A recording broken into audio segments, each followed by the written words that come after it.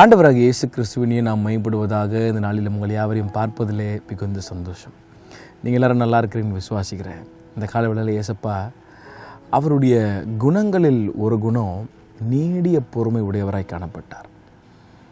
He was very compassionate when he lived in this earth.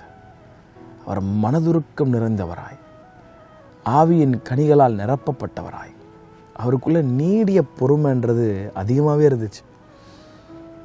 இயேசு கிறிஸ்துவை இன்றைக்கி follow பண்ணுறோன்னு நம்ம எல்லோரும் சொல்கிறோம்ல, நான் ஒரு கிறிஸ்தவன் சொல்கிறோம். நமக்குள்ளே நீடிய பொறுமை இருக்காங்க. ஆவியின் கனிகள் நமக்குள்ளே இருக்கா? நம்முடைய வாழ்க்கை கனிகளால் நிரப்பப்பட்டிருக்குதா? காட்லி கேரக்டர்ஸ் இருக்குதா? காட்லி ஆட்ரிபியூட்ஸ் இருக்குதா? காட்லி ஆட்டிடியூட் நம்முடைய வாழ்க்கையில் இருக்குதா?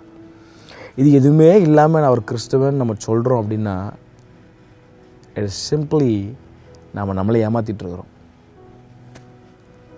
ஒரு ஆவிக்குரியவன் இது எல்லாம் அந்த ஆவிக்குரியவனுக்குள்ளே இருக்கணும்னு விரும்புகிறார். காட்லி கேரக்டர்ஸ். அது எதுவுமே இல்லைன்னா நான் உங்களை கண்டம் பண்ணலை, நான் உங்களை ஒரு கார்னரில் தள்ளலை. But we need to be very serious. நம்ம ஜோம் பண்ணி கேட்கணும், ஆண்டவரே ஒரு கிறிஸ்தவன் நான் சொல்கிறேன், ஆனால் எனக்குள்ளே இந்த காட்லி கேரக்டர்ஸ் ஒன்றுமே இல்லையா ஆண்டவரே?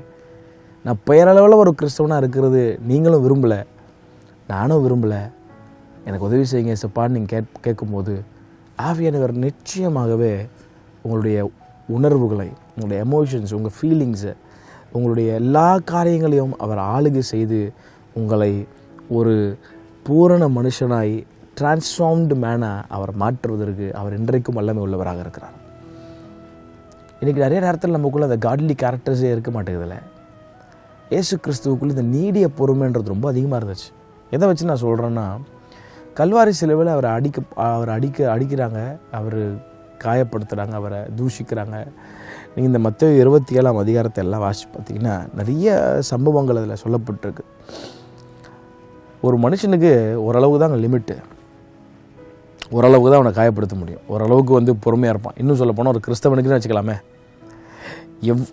ஒரு லிமிட்டுக்கு மேலே போனால் கண்டிப்பாக கோவம் வரும், அந்த முகம் சுழிப்போம், ஏதாவது ஒரு விதத்தில் நம்ம அதை டெலிவர் பண்ணிடும். ஜீசஸ் இந்த உலகத்தில் வாழும்போது 100% ஹியூமனாக இருந்தார். கண்டிப்பாக அவருக்கு கோவம் வந்திருக்கும். அவருக்கு he would have gone through all kinds of emotion burst எல்லாம். பட் ஆனால் அவர் எப்படி அழகாக அதை கண்ட்ரோல் பண்ணுறாருன்றதை பாருங்களேன். அவர் ஒரு வார்த்தை சொல்லாமல், 27 அதிகாரம் 14 போட்டிருக்கு, அவரோ ஒரு வார்த்தையும் மறு தரமாக சொல்லவில்லை. அதனால் ஆச்சரியப்பட்டார்களாம் அவர்கள்.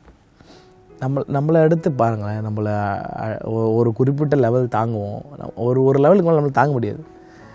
என்னையா அது அடிச்சுட்டே இருக்க, இது மாதிரி கோவம் வந்துடும், இல்லை முகத்தில் காட்டிடுவோம், இல்லை எதையா ஒன்று நம்ம மனசுக்குள்ளே திட்டிகிட்டு இருப்போம். ஆனால் இயேசு கிறிஸ்து நீடிய பொறுமை உடையவராய். இதில் எங்கே எக்ஸ்ட்ரீம்னா, இந்த வசனம் ரொம்ப தொட்டுச்சு. 40ஆம் வசனம், தேவாலயத்தை இடித்து 3 நாட்களுக்குள்ளே கட்டுகிறவனே உன்னையே நீ ரட்சித்துக்கொள் என்று அதை சொல்கிறதுக்காக மட்டும் இல்லாமல் ஒரு வார்த்தை சொல்கிறாங்க கீழேருந்து எல்லாருமே, நீ தேவனுடைய குமாரனே ஆனால் சிலுவையிலிருந்து இறங்கி வா என்று அவரை தூஷித்தார்கள். இது எல்லாம் கூட நான் விட்டுறாங்க. அடித்தது, முகத்தில் துப்பினது, முள்கிரீட மேலே அடித்தது, தள்ளி விட்டது எல்லாம் முடிஞ்சு மேலே நிற்கிறார். இப்போது உயிருக்கு போராடிட்டு இருக்கிறாரு. கீழேருந்து சொல்கிறானுங்க, எப்பா நீ தேவகுமாரனே ஆனால் நீ மேலேருந்து இறங்கி வேணா உன்னை நம்புகிறேன் அப்படின்றான். நம்மளாந்துன்னு வச்சுக்கோங்களேன், லிமிட்டெல்லாம் தாண்டி போயிட்டுருப்போம். இவ்வளோ கூட நான் பொறுத்துக்கிட்டேன்டா, ஆனால் இதை சொன்ன பற்றி நான் பொறுத்துக்க மாட்டேன், இறங்கி வரேன்னு சொல்லி இறங்கி வந்திருப்போம், எல்லாமே முடிஞ்சிருக்கும்.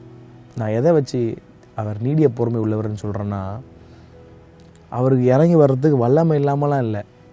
அவர் நினச்சிருந்த சிலுவை பாடுக்குள்ளே போகாமல் வேறு வழியாக கொண்டு போயிருக்கலாம். பட் அவர் மைண்டில் இருந்ததெல்லாம் ஒன்று தான், காட்ஸ் வில், தேவ சித்தம் நிறைவேறணும். எவ்வளோ ஒரு அழகான ஒரு காரியத்தை சொல்லித்தராரு பாருங்களேன். காட்ஸ் என்ன ஆனாலும் சரி ஆண்டவரே, உங்கள் சித்தம் நிறைவேறணும்ப்பா, அது வரைக்கும் நான் அமைதியாக காத்திருப்பேன்னு சொல்லி அவர் ரொம்ப அமைதியாக பொறுமையாக காத்திருக்கிறார். இன்றைக்கி நம்ம வாழ்க்கையில் பொறுமையாக இருக்கிறோமாங்க? நீடிய பொறுமை நமக்குள்ளே இருக்கா? தேவ சித்தம் நடக்கணும் அப்படின்னு சொல்லி நம்ம எந்த எக்ஸ்ட்ரீம் வரைக்கும் நம்ம எப்படி இருக்கிறோம்? தேவ சித்தம் நம்ம மைண்டில் இருக்குதா?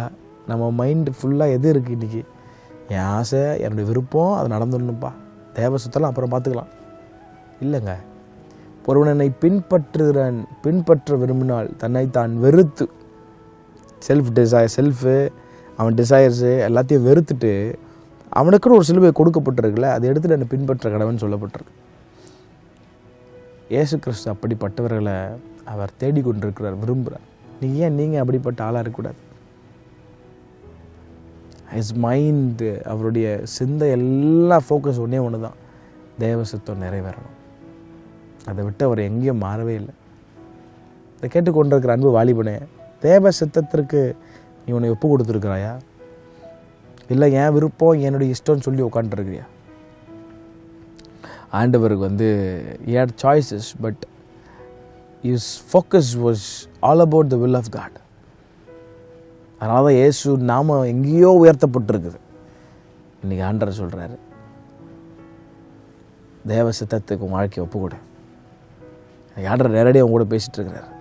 நீ கேட்டுரு, தேவ சித்தத்தை எப்படி அறியிறது? ஆண்டவர் கூட பேசிகிட்டு இருக்கிறார். தேவ சித்தத்துக்கு வாழ்க்கையை ஒப்புக்கொடு. God's will is very important. அதுதான் இயேசு கிறிஸ்து கற்றுக் கொடுக்குறார். Have a very blessed day. God bless you.